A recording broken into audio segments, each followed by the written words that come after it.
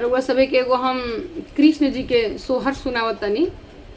अब भादो के महीना आवे वाला बा, जन्म में हमने के कृष्ण जी के जन्म भई रहे। पापी कंस के काला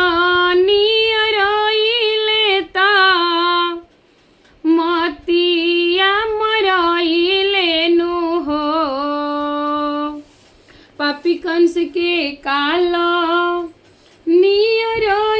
लेता मतिया मरइले नु हो। ललना देवकी के दिल जे हलखाना माता बुधिया हेरइले नु हो। ललना देवकी के दिल जे हलखाना माता बुधिया हेरइले नु हो। हथवा में लवले हाथ कड़िया ता पावे पावा कड़िया नु हो।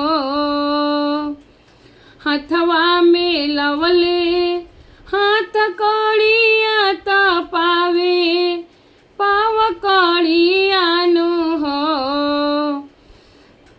ललना दिनो राते रखले पहरिया त जेल के दुआरिया नु हो।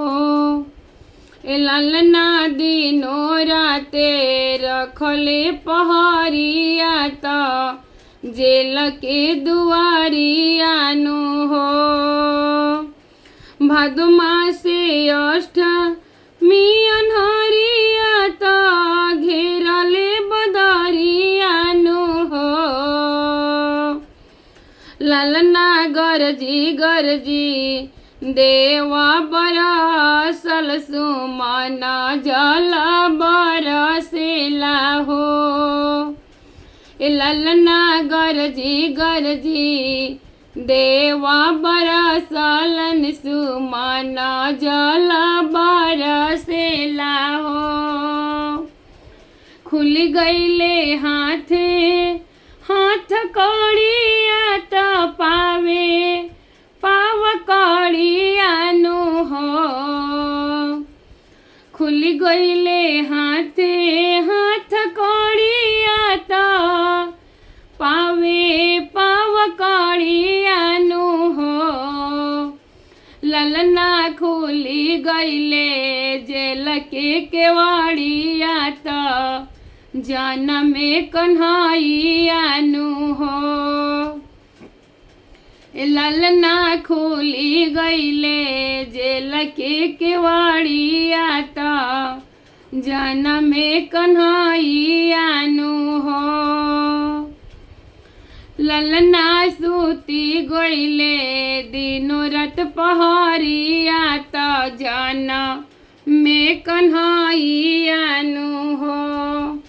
ललना सूती गईले दिनो रात पहरिया त जान में कन्हैया नु हो।